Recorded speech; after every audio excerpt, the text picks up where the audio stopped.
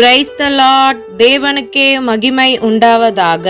Maranatha revival search மூலமாக இந்த வார்த்தைகளை கேட்டுக்கொண்டிருக்கிற உங்கள் ஒவ்வொருவரையும் இயேசுவின் நாமத்தினாலே அன்புடன் வாழ்த்தி வரவேற்கிறோம்.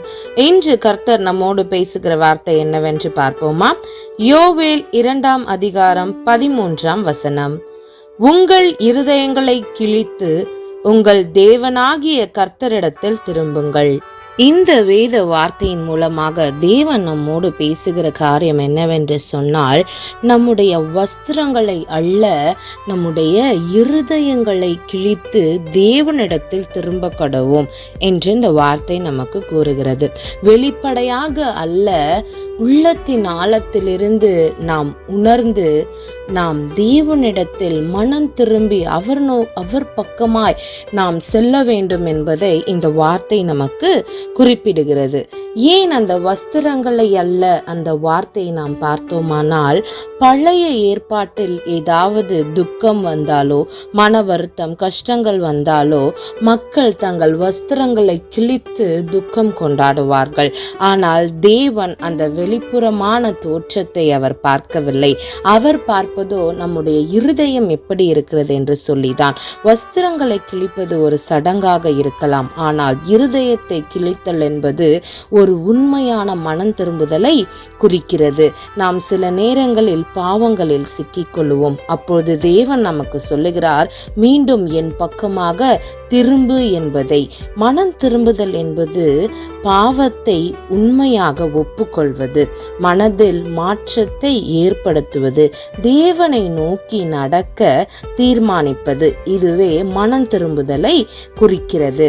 தேவனுடைய கிருபையை குறித்து நாம் பார்த்தோமானால், அவர் கிருபையுள்ளவர், இரக்கமுள்ளவர், நீங்காத அன்பும் உள்ளவர்.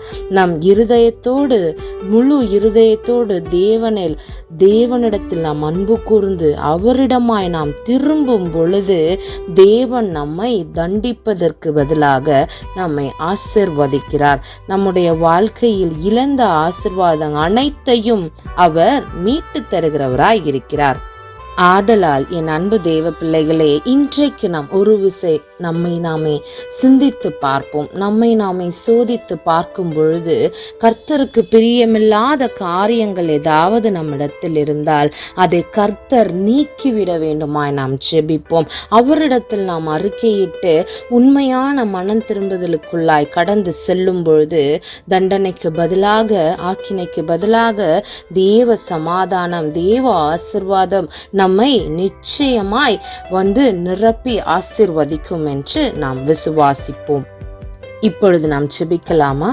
ஆமென். அன்பின் ஆண்டவரே, நீர் இந்த தந்த வார்த்தைக்காக உமக்கு நாங்கள் நன்றி செலுத்துகிறோம்.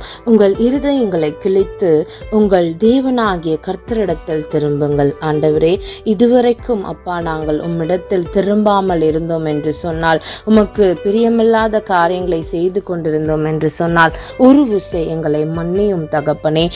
பக்கமாய் நாங்கள் திரும்ப ஆண்டவரே, உமக்கு பிரியமில்லாத காரியங்களை எங்கள் வாழ்க்கையிலிருந்து நீர் நீக்க வேண்டுமா நாங்கள் ஜெபிக்கிறோம். உம்மை தூரப்படுத்துகிற ஆண்டவரே, உமக்கும் ஆண்டவரே எங்களுக்கும் இருக்கிற உறவை ஆண்டவரே பிரிவினை உண்டாக்குகிற பொல்லாத ஆவிகளை என் தேவன் நீர் நிர்மூலமாக்க வேண்டுமா நாங்கள் ஜெபிக்கிறோம். ஆண்டவரே, உமக்கும் ஆண்டவரே எங்களுக்கும் உள்ள அன்பு இன்னும் அதிகமாய் வலுப்பட வேண்டும் அப்பா. இன்னும் அதிகமாய் நாங்கள் முழு உள்ளத்தோடு தேட வேண்டும் ஆண்டவரே. எங்கள் இருதயங்களை கிழித்து பக்கமாய் திரும்புகிறவர்களா எங்களை மாற்ற வேண்டுமாய் நாங்கள் ஜெபிக்கிறோம். எல்லாவற்றையும் உம்முடைய பாதத்தில் அர்ப்பணிக்கிறோம். இயேசுவின் நாமத்தில் ஜெபிக்கிறோம் ஜீவனுள்ள நல்ல பிதாவே. ஆமேன், ஆமேன், ஆமேன். God bless you.